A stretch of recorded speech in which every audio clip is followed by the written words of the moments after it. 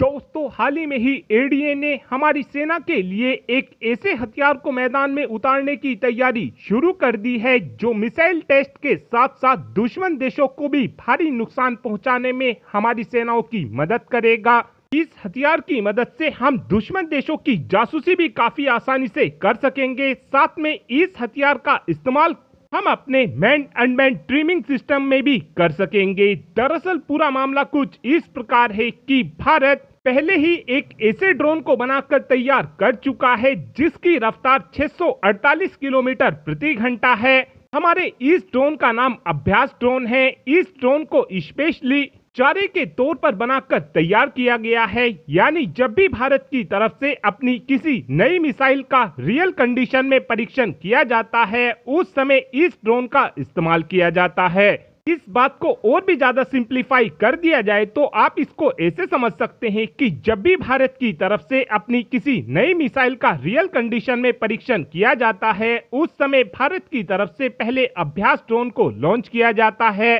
उसके बाद मिसाइल को फायर किया जाता है और जब मिसाइल हमारे इस अभ्यास ड्रोन से जाकर टकरा जाती है तो उस परीक्षण को सफल परीक्षण बोला जाता है। अभ्यास ड्रोन की रेंज की बात की जाए तो इस ड्रोन की रेंज 400 किलोमीटर के आसपास है और ये ड्रोन 16,000 फीट की ऊंचाई पर उड़ान भरने में सक्षम है और इस ड्रोन का एंड्योरेंस टाइम यानी कि इसकी उड़ान भरने की क्षमता 30 से 45 मिनट की है। लेकिन अब एरोनॉटिकल डेवलपमेंट एजेंसी ने अभ्यास ड्रोन के एक नए वर्जन को बनाने की तैयारी शुरू कर दी है और ये अभ्यास ड्रोन का कामिकाजी वर्जन होने वाला है। एरोनॉटिकल डेवलपमेंट एजेंसी की तरफ से इस कामिकाजी ड्रोन की रेंज को 400 किलोमीटर से घटाकर 100 किलोमीटर कर दिया गया है, लेकिन इस ड्रोन का एंड्योरेंस टाइम 45 मिनट का ही होने वाला है और इस ड्रोन की सबसे खास बात यह होने वाली है कि हम इस ड्रोन की मदद से दुश्मन देश के बंकर, रनवे, फ्यूल डिपो और एयर स्ट्रिप को काफी आसानी से तबाह कर सकेंगे।